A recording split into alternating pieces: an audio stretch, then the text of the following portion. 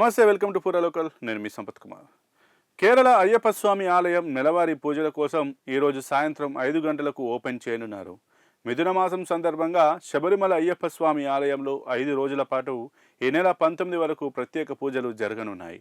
మలయాళ సాంప్రదాయ ప్రకారం మిథున మాసంలో స్వామివారికి నిర్వహించే ప్రత్యేక నైవేద్యాలు, పడి పూజలు, ఉదయ సమయ పూజల కోసం ఆలయ ప్రధాన అర్చకులు శబరిమల సన్నిధానంలో తంత్రి కందరారు మహేష్ మోహనారు సమక్షంలో ప్రసాద్ సాయంత్రం దీపారాధన చేసి గర్భగుడి తలుపులను తెరుస్తారు.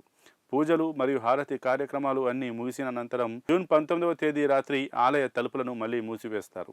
మిథున మాస పూజల్లో శబరిమల సన్నిధానంలో ఎలాంటి తొక్కిసలాటలు జరగకుండా చూసేందుకు ట్రావెన్కోర్ దేవస్వం బోర్డు, కేరళ ప్రభుత్వ అధికారులు గట్టి భద్రతా చర్యలు చేపట్టారు.